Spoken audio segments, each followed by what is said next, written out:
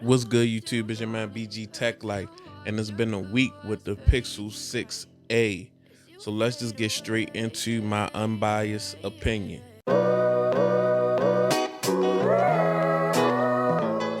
First of all, I want to shout out Google. They sent out the Pixel 6a as a gift from Google for me to review and take a look at. So a big shout out to Team Pixel. Now the Pixel 6a has been out for a couple days now, and most of them are in need of an update. They're on April's security patch. They definitely need to be updated, and there is some cleaning for Google to do because there's definitely a fingerprint scanner issue.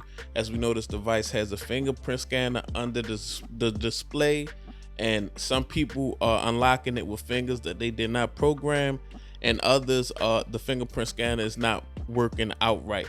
Now, I've seen this all over the internet. My personal experience, the fingerprint scanner is working, but it's a slow fingerprint scanner, but very consistent. Really, I'm just glad a phone at this price point, that's just an amazing feature to have, under the display fingerprint scanner. Usually I would, at this price point, I wouldn't expect that from a device, but definitely Google has to send out an update and get these fingerprint scanners working consistently and be convenient for its users. This phone has been very controversial.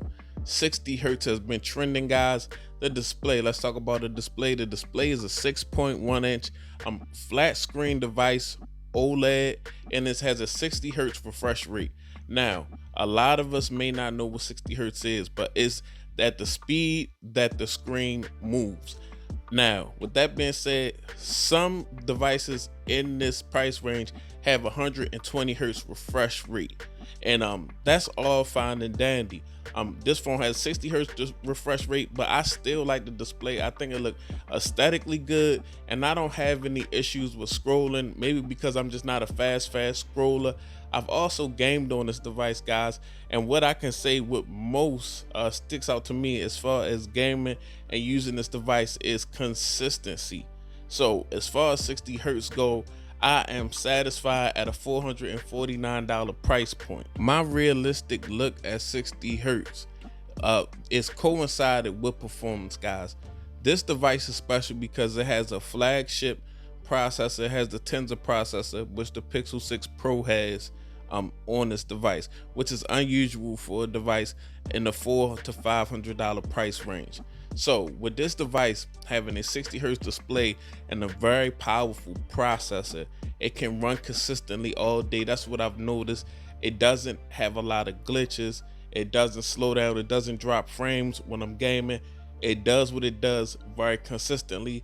A nice smooth, I'm having a nice, again, very smooth use when I'm gaming, scrolling, whatever.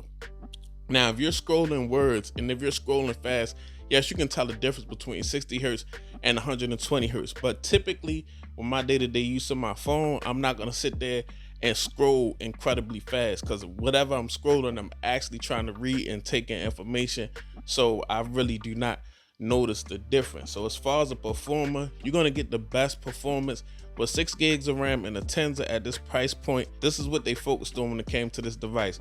Definitely performance. A lot of devices at this price point, yes, they do have the features, but can they consistently run and keep up and not glitch up and not drop frames when gaming and just, work as well as this device overall? Now, another focus from Google as far as this device is concerned was the rear camera, guys. This budget device, the 6a, has the same rear camera as every Pixel from 2 to 5.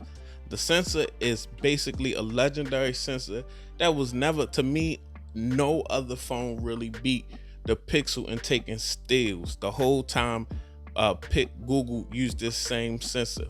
So it's a legendary sensor combined with the best processor for artificial intelligence, the Tensor, that takes great photos, and you can get some good footage with this. With the combination of this sensor and this processor, this device is powerful enough to shoot some 4K footage and actually edit it on your phone, guys. That's big at a $400 to $500 price point, and we're not even talking about the used market. But as far as the cameras go, you can get some really good pictures out the rear camera.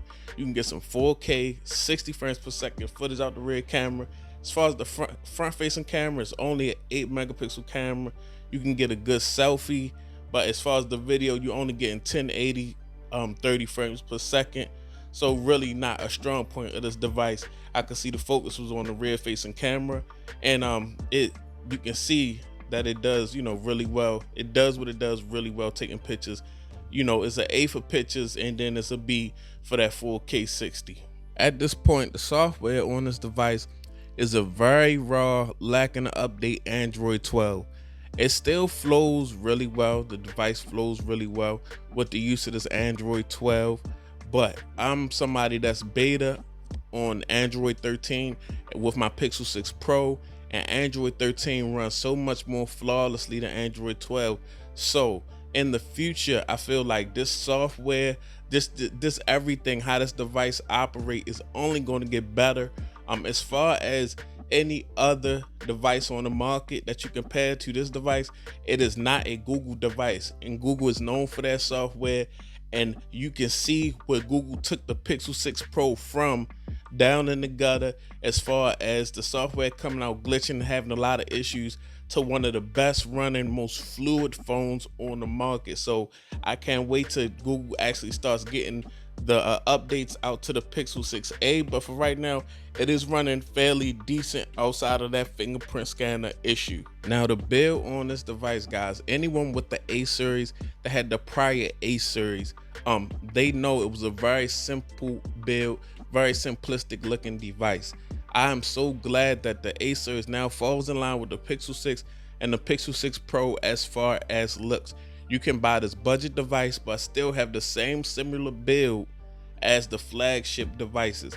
The back on the device is not glass, it's plastic, but this is the best plastic back I have ever seen on a device. It felt like glass. For the first couple of days I thought it was a glass back, and it's actually not a glass back. And it has black aluminum frame rails that just look really good. It's just all ties in well for the Pixel 6 line. So especially if you're coming from a prior A series device, this is the best looking A series device yet, and it makes you feel included into the Pixel 6 lineup.